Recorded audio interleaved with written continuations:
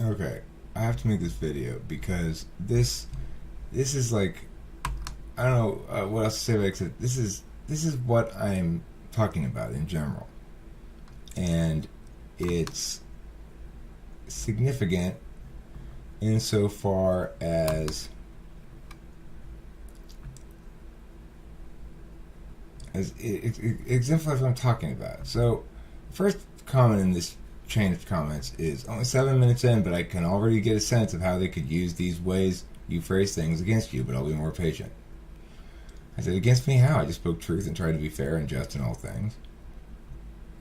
In the courtroom, if they feel they have to. Well, he says, I think they're going to play up the fact that you were stoned in the road, loud, and other citizens agreed with the cops.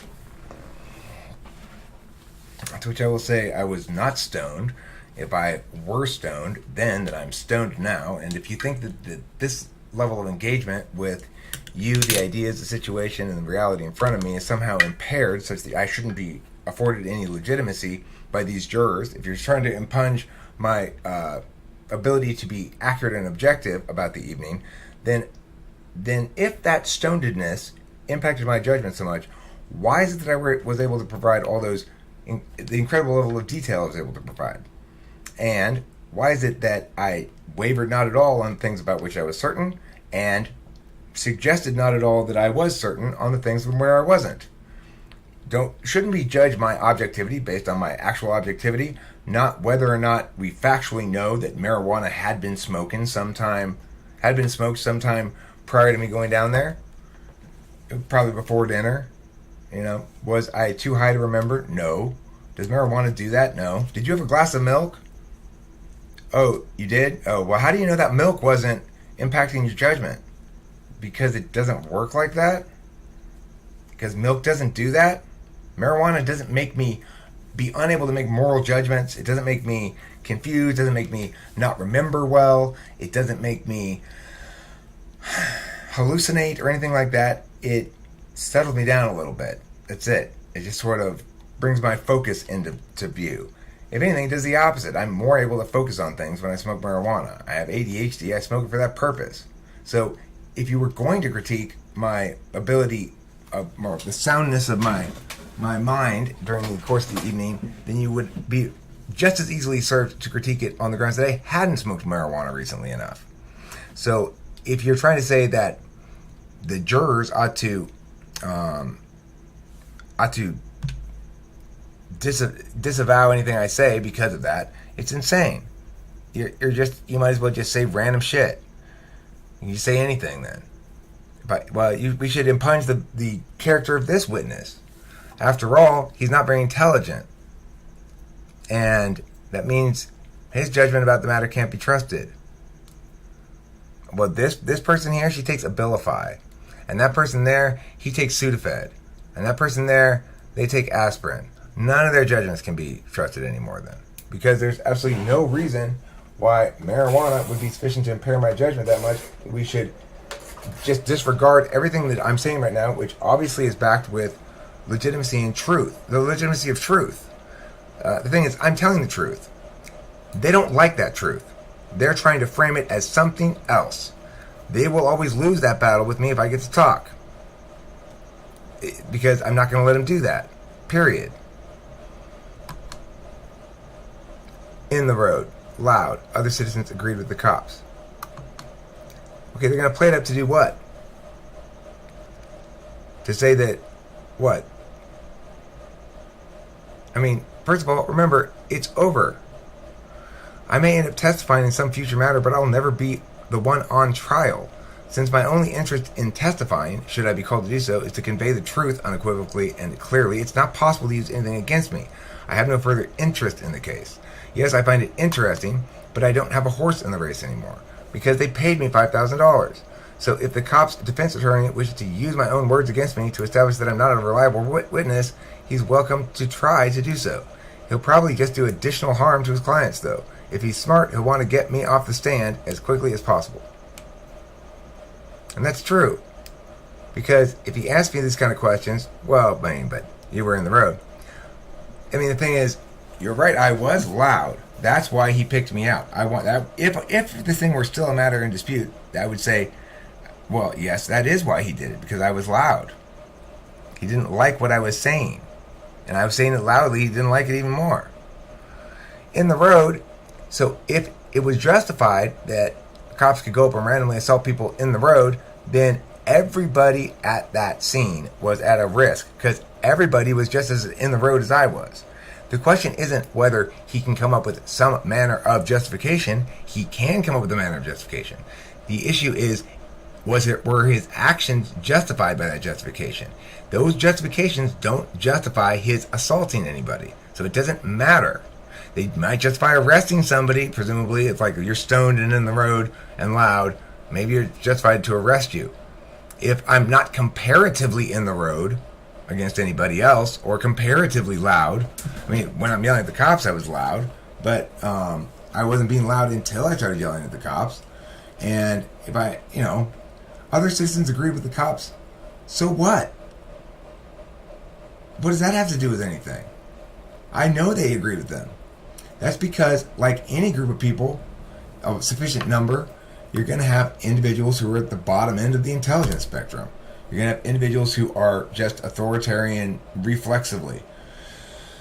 But, I mean, what are they supporting the cops on? What are they supporting them with? Did they think that the cops did a good job because they had to tase the fuck out of one skinny homeless dude to manage to apprehend him? Because he was such a terrifying threat to everybody? Is that what they're trying to defend? Are they trying to defend the idea that when citizens are loud and in a crowd, that if the citizen has had marijuana at some point, regardless of if the cop knows that or not, if it turns out the citizen has marijuana in the system, that justifies assaulting them? It's like Russian roulette for cops.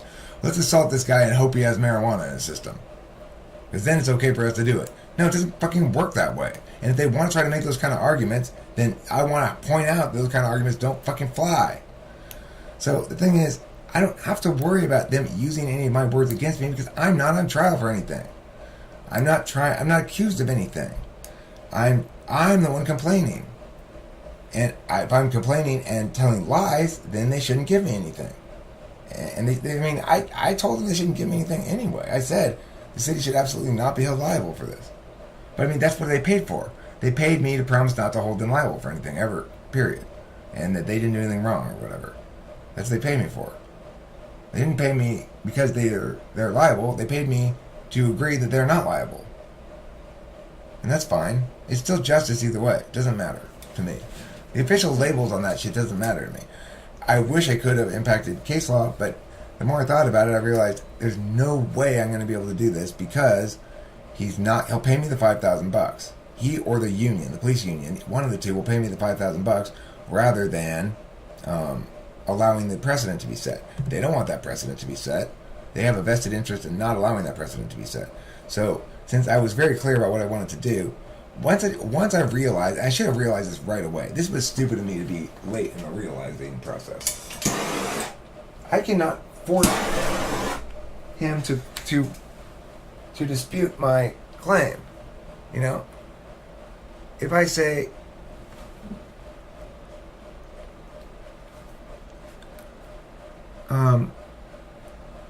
okay, the answer is, why say he wasn't trying to hurt me? Because I think he wasn't trying to hurt me. That's not the thing I'm trying to sue them about. Even if it were, the only reason I would ever say that is if he actually believed it to be the case.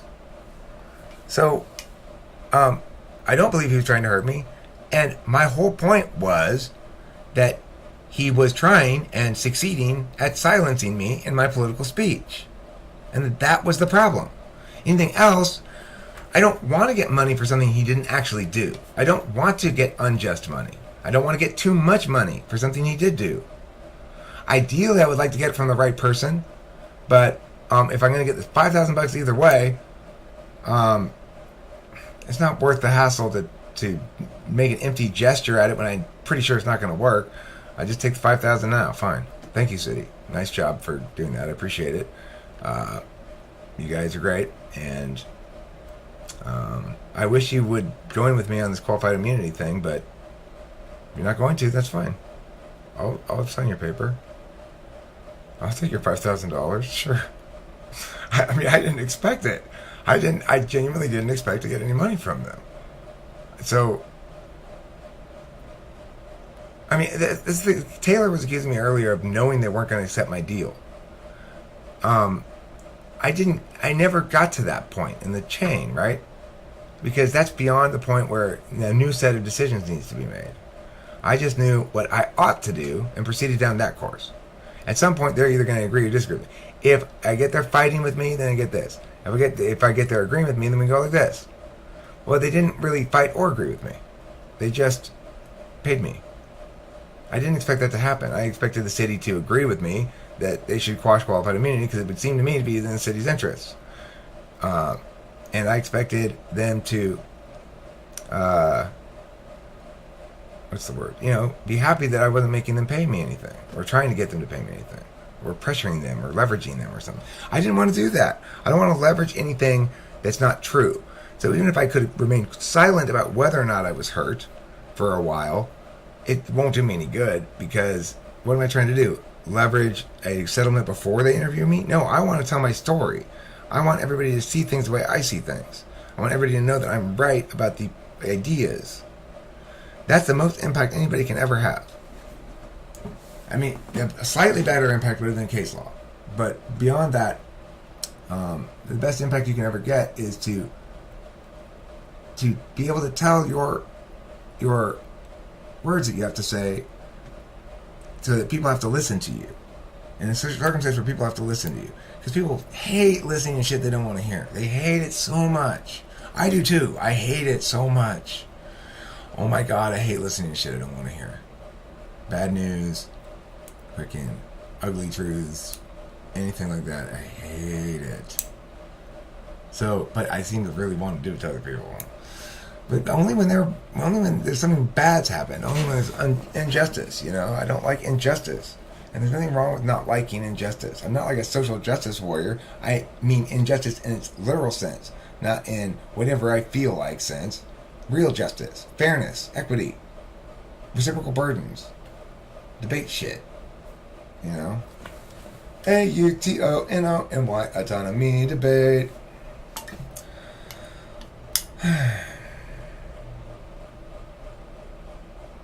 So anyway, Matthew, that's the thing. If you get the frame right, and you know the mechanics of the battles, then you don't need to have a strategy. I just realized that right now. If you get the frame right, and you can execute the mechanics of the battlefield, the tactics, then you don't need a strategy. And that's exactly what happened. I didn't have a strategy like that, where I was concerned about what they could use against me. Can't use anything against me. I wasn't concerned about giving away bluff cards, and that's all those things are. If I'm going to bank on the fact that he hurt me, then he needs to have hurt me. Otherwise, I'm going to have to find myself in a situation where I have to lie or something. I'm not going to do that. That'll always fuck you up, because you have to have a strategy if you're going to lie. You have to. You don't need a strategy if you have the right frame. You're going to tell the truth the whole time. Be means-based. I'm going to do this the right way, or I'm going to do it as it ought to be done. And if people tell me, well, that's not a good way to do it strategically, I'm going to tell them, don't worry, I've got the right frame, and I'll handle myself with aplomb on the battlefield in terms of the tactics. In the moment, as long as you've got the right frame, you've always told the truth, and you know what where justice lies and why you're in the right, then you'll always win those arguments if you're really rhetorically strong like me, especially. If, on the other hand, you're trying to pull some bullshit, well, that's why I don't try to pull bullshit. That's why I've never tried to sue anybody or anything. This was going to be the first time I tried to sue anybody. I didn't end up trying to sue anybody because they decided to just pay me $5,000 instead. And now I can't sue the person. I might legally be able to sue the cop still. I'd still be able to follow through on my plan, except I can't anymore because it's no longer just. Because I haven't actually gotten the check yet. They said by Wednesday. Once they've actually paid me and I've cashed the check and it's gone through and everything, then justice will have been restored. There's nothing else I deserve, and anything else I would get would be itself unjust, and I'd have to give it back or something. I don't know. I don't know what I'd have to do in that instance. If I felt like if despite my efforts to prevent them from giving me more stuff, they did, would I give it back? I mean, I don't think it's gonna. I think there's zero chance of that happening. But I'm just saying hypothetically because it's an interesting moral question. I probably wouldn't give it back. Well, it depends how much it was. I would give something back that were ridiculous, but I mean, I don't know. I get why the city does that shit. They're not paying me because they don't believe me that I'm not going to sue them. They're paying me for affirmation of the claim that they did nothing wrong. And they got that, and they deserve that. And I don't know if I deserve to be paid for it, but I'll take the money. I need the money. So, I mean, it's so slabby. And the only reason it's slabby is because it's frame focused, it's means focused, and it's not ends focused like that. I will win those arguments. If I'm right, I will win the arguments. If I speak truth, I will win the arguments. If those things genuinely don't matter, I will win the arguments if those things don't matter. I don't need to worry about that. All I need to worry about is if I'm genuinely in the right, which is why I've never undertaken anything like this before, because I'd have to be not only genuinely in the right, but feel as though I win on all argument blocks up and down the chain. I don't want it to be muddy. I want it to be clear cut, and I want it to break on binaries so that it's this or that, man, like that the whole way through. And, you know, why things go down that way. You have to live a righteous life. If you live a righteous life as best you can, you're trying to live a righteous life at least. You know, like making a serious effort at it, not just lip service, but always checking yourself. Always checking yourself. Is that true, Eric? Are you being honest to yourself about this? Do you really think that? Are you being fair? Are you being just? Or are you just indulging your feelings here? Isn't this really your fault, Eric? I'm always saying shit like that to me. I think that's important because otherwise you're not engaged on a moral level enough. Like, and there's also a lack of awareness. Kim and I were driving back from Norm's. We went to Norm's again last night, and sure enough, the slabs decided to put a guy crumpled on the sidewalk, having fallen out of apparently a wheelchair, as we pulled up to a stoplight. And I didn't want to deal with it, but Kim fucking snapped some sense into me and didn't let me brush it off. Just go, Kim, just go, like I was trying to. And so I was thankfully got out and did assist him a little bit getting back into his chair, and it was pretty depressing, the whole thing. And but the point is, like, I'm only really morally responsible for things that I'm aware of. So at the moment when I saw that thing, I just sort of glanced at it and didn't want to pay attention to it. I didn't want to take in awareness of it and have to respond to it. Kim disallowed that. And now I'm aware of this habit of mine more of actively, willfully ignoring things. Now I have some burden regarding that as also. So it's like I can only do that to some extent before it becomes wicked, because I'm aware of the dynamics. And good things only happen if you're good, and you have to be, and you can't be dishonest about anything. Like, you can't pretend to be not aware of what you're aware of. Anyhow, I tremble at the slabs. I understand why people talk about a wrathful God. For sure, God is wrathful,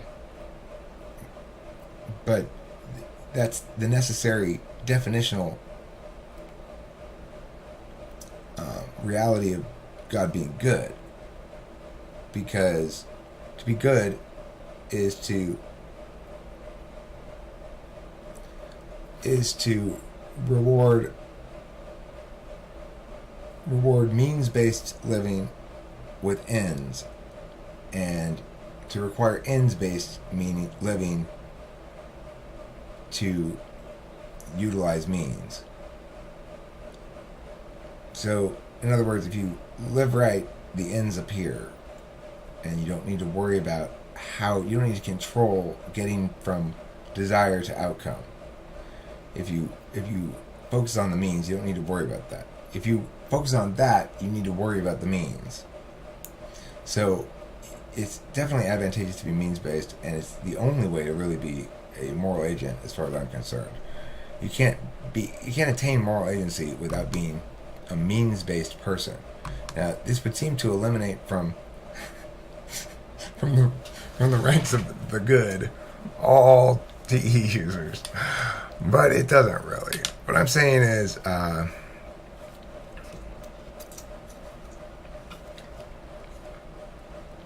there's an individualist frame of significance that everybody filters their problem solving through. How much weight do we give to framing elements? So, I build a lot of my tactics on the notion that people don't like to look bad. People don't like to get schooled. People don't like to be shamed. It's FE kind of frame, but I always use TI tactics on the battlefield. So I never say your hat looks ugly or something like that. I always say your argument does. TE people need to have a frame of the doctors do no harm kind of oath. Understanding through that frame requires them to spend a lot to narrow the scope of the TE ambition, such that the how implicitly requires consideration of ethical issues. Like my dad, he's like that. A TE user who's means-based in his decision-making about moral behavior, but ends-based in his choice-making regarding efficacious behavior, I guess. So anyhow, it's just as easy for TI people to slip into something like framelessness or shifting ground, basically, and saying, okay, well, none of these frames are predominant. I can always make arguments for any of them, so therefore, nihilism. That's the moral equivalent of TE kind of, we'll just pave over all these wetlands and creatures and stuff with this toxic cement and build put a parking lot here and then a pole in the middle of it. It's just this is all messy over here. That's like TI's equivalent is, nothing means anything and everything is garbage and fuck you. That's TI's equivalent. Okay, so I think I'm done with this video. What was I talking about in this video? I don't even remember. Oh yeah, the Matthews comments and stuff. Yeah, it's important to understand the legal frames, the technical frames. I'm not on trial for anything, and I never would be because I didn't do anything. And if they're going to use it against me, they're going to use it against me for some purpose. That means the only purpose they could possibly use it against me for would be to impeach my credibility as a witness on the stand. They might choose to use those arguments, but that requires them to talk to me on the stand, and that's going to end up backfiring on them because the jurors aren't going to pay attention to the impact factually of the fact that here's this piece of information about me being stoned, especially in a state where especially in a state where marijuana is legal. They're not going to focus on the fact that I was in the street because pour your juice in there. Because so was everybody else, and so it's like everybody approaches me with considerations though, like Matthews there, and I very much appreciate that he put those comments in order so I can explain. Like, I got that sort of shit covered. People will, and I'm happy to hear your comments about it as well, but people go, but they could say, I've always got that shit covered. I've already walked that chain down. If you're hearing about something from me at all, I've already walked through all of those chains. Doesn't that make it 5 times better? Yeah.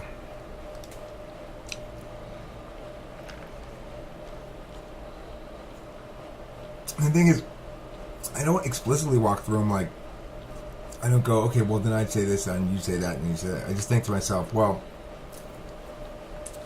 if they were to talk about my mental state, I would respond by turning it. I'd say, why is my mental state relevant here? He's the one who took action, you know? If you're going to justify his action, then shouldn't you be talking to me about his mental state, or are you merely trying to impeach my credibility as a witness?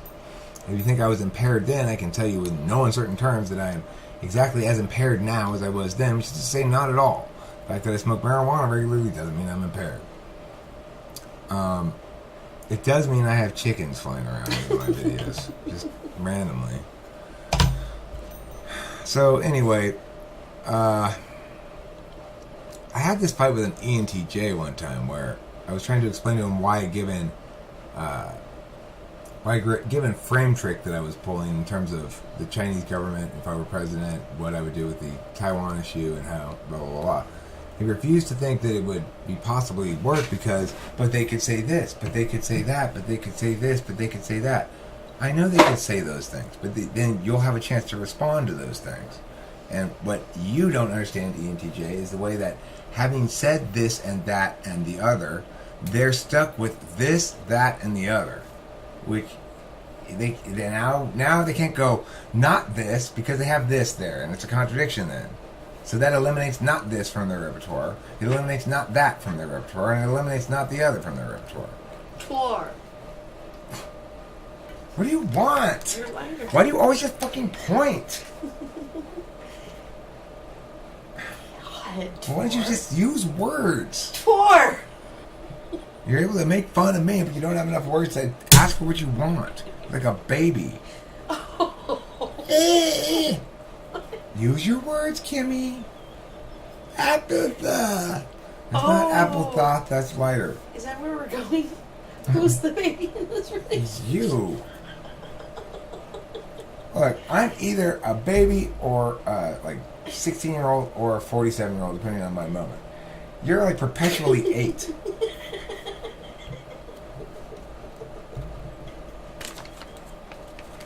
You're perpetually 9. No, see, that's what an 8-year-old would say, Kim. That's an 8-year-old's comeback right there. Okay, I know I'm quite juvenile, but so the hell are you, and that's why we... I know, we're fine. We get along just fine. Nope. You're okay. You want to chime in, but then you don't want the mic. You're so cake-handed too. Nobody needs to hear me. See that silly girl I got here? What a silly bundle of angel wings she is. She's a silly bundle of angel wings and vaginal holes. And what? Vaginal holes. It's the whole part of the vagina. It's a scientific word. One, or there's two. There are two. There's the P one, right? There's also the anus. There's a third hole down there for you. But I don't use that one. You know why? Simple reason. There's poop up there. Okay, that's why. I don't want poop on me. I don't want to go anywhere where there's poop anyway. Okay. They don't... I'm just saying, Kim, I don't understand why other people like to do that. That's gross. Thank you for watching. I'm scolding you for your love of anal. Well, Kim, people want to be scolded for their love of anal, I'm sure. They're like, hey, nobody scolded me for taking it up the ass yet today.